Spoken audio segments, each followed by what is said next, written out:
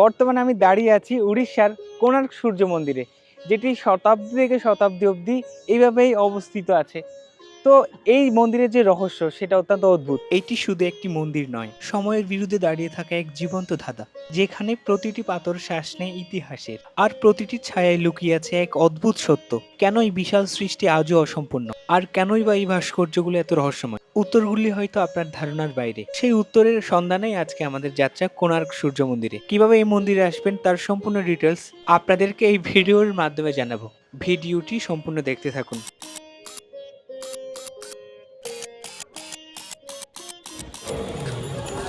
পবিত্র শ্রী জগন্নাথপুরী ধাম থেকে আমি রওনা দিলাম কোণার্ক মন্দিরের উদ্দেশ্যে।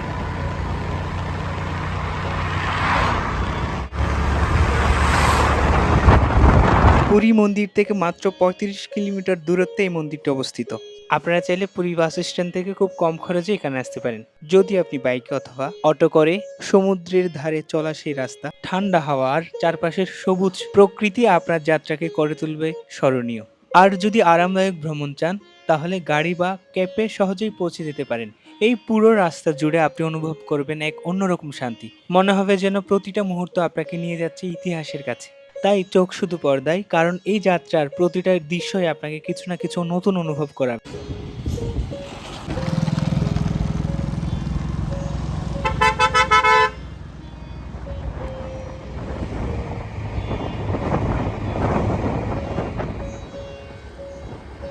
রাস্তা শেষের দিকে আর আমাদের গন্তব্য একদম সামনে। দেখতেই পাচ্ছেন গন্তব্য আর খুব দূরে আর একটু এগুলেই আমরা পৌঁছে যাব কোণার্ক সূর্য মন্দির, যেখানে প্রতিটি পাথর একটি করে গল্প বলে। অবশেষে পৌঁছে গেলাম। এখন আমরা টিকিট নিলাম, তো পার পার্সন 40 টাকা করে নিয়েছে একটা টিকিটের মূল্য। এই মন্দিরটি কেন অসম্পূর্ণ রয়ে গেল এবং এর পেছনের মূল রহস্যটা কি, আজকে সেই বিষয়ে আপনাদের জানাবো। চলুন। টিকিট সাথে নিয়ে সোজা চলে আসলাম প্রবেশদ্বারে এবং দেখতেই পাচ্ছেন এখানে নিরাপত্তা খুবই কড়া। দুজন কর্মী চেক করছেন সবকিছু ঠিক আছে কিনা, তারপর প্রবেশ অধিকার মিলছে।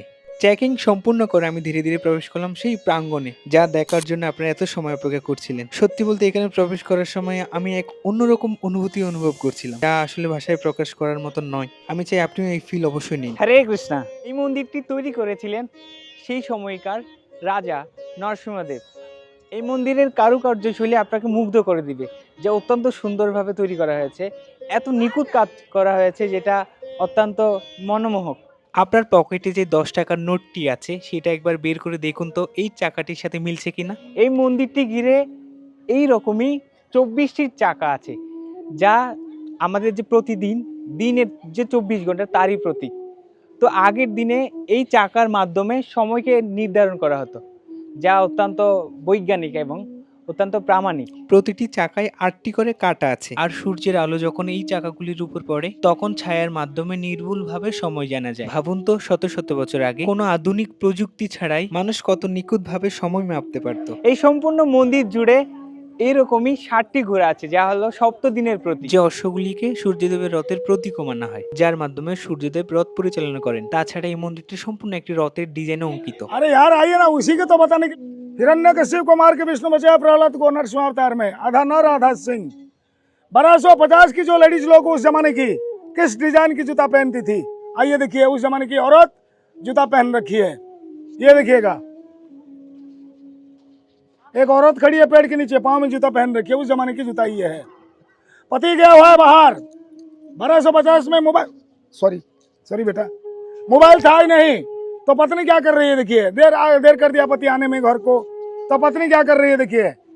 दरवाजा आधा खोल के इंतजार कर रही है, पति का इंतजार में पत्नी दरवाजा आधा खोल के खड़ी है। अगर आज की पत्नी होगी तो कहीं बैठ के मोबाइल में बात कर लेगी। 1250 मोबाइल नहीं, पत्नी इंतजार में खड़ी है।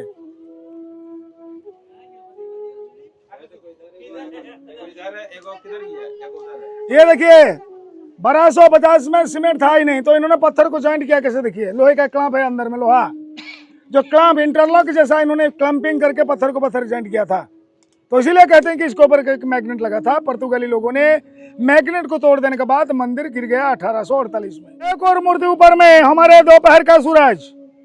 पहली मूर्ति थी प्रभात, ये मध्याह्न, बचपन और जवानी। तो यह मूर्ति क्लोराइट पत्थर में बनी हुई है। जवानी तो इसलिए चेहरा गंभीर। सर ये वाला मंदिर को देखिए, टूटा वाला, ये हमारा छाया देवी की मंदिर। छाया सूर्य भगवान का पत्नी, शस्त्र की दिशा में सूर्यदेव का दो पत्नी है, छाया और संध्या।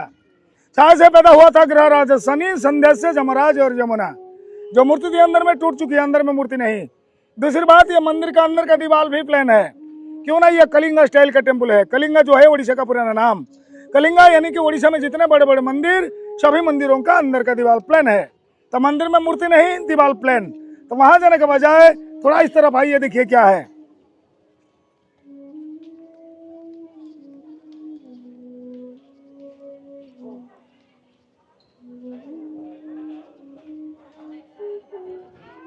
आइए, अभी जो दिखाने जा रहा हूं खास करके मैडम लोगों के लिए, सुनिए मैडम लोग। शादी करने के बाद हिंदू औरत जो है सिंदूर लगाती है। शादीशुदा हिंदू औरत की पहचान मांग में सिंदूर।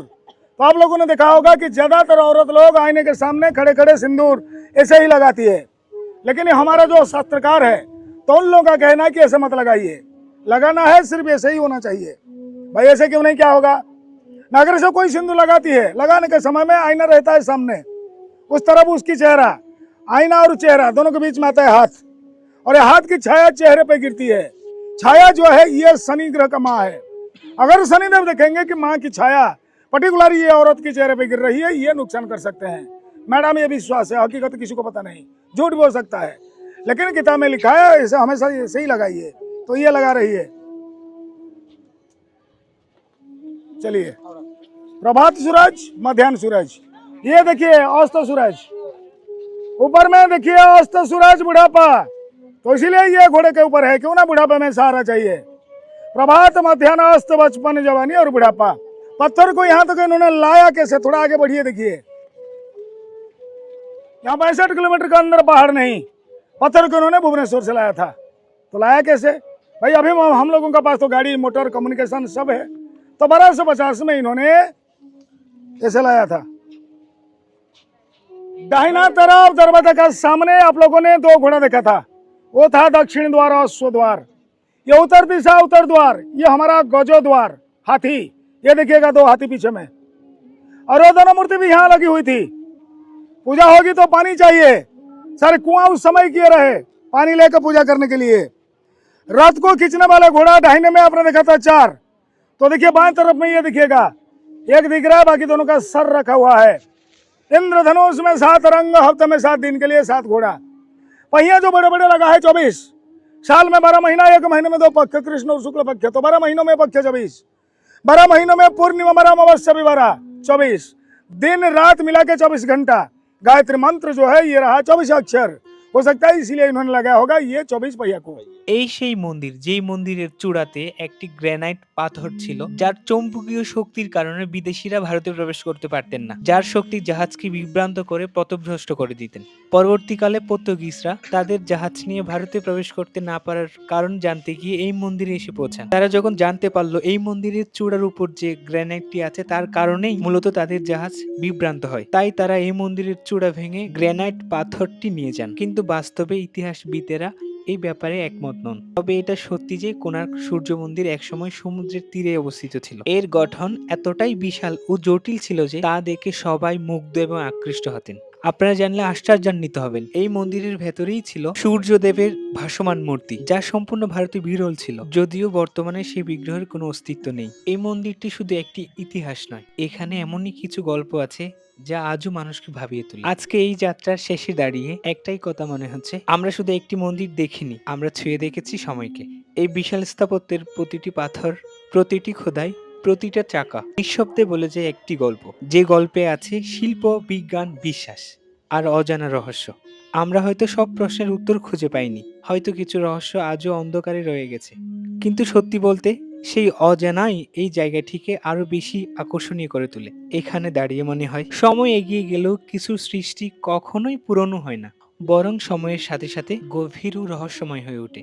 এই যাত্রা এখানেই শেষ, কিন্তু এই অনুভূতি, এই অভিজ্ঞতা আপনার মনে অনেক দিন থেকে যাবে। আপনি যদি কখনো সুযোগ পান, একবার অন্তত এখানে এসে নিজের চোখে দেখুন, নিজের মনে অনুভব করুন, কারণ কিছু জায়গা শুধু দেখার জন্য নয়, অনুভব করার জন্য। ধন্যবাদ সকলকে আমাদের সাথে এই যাত্রায় থাকার জন্য। দেখা হচ্ছে নতুন আরেকটি যাত্রায়। জয় সূর্যনারায়ণ ভগবান কি জয়।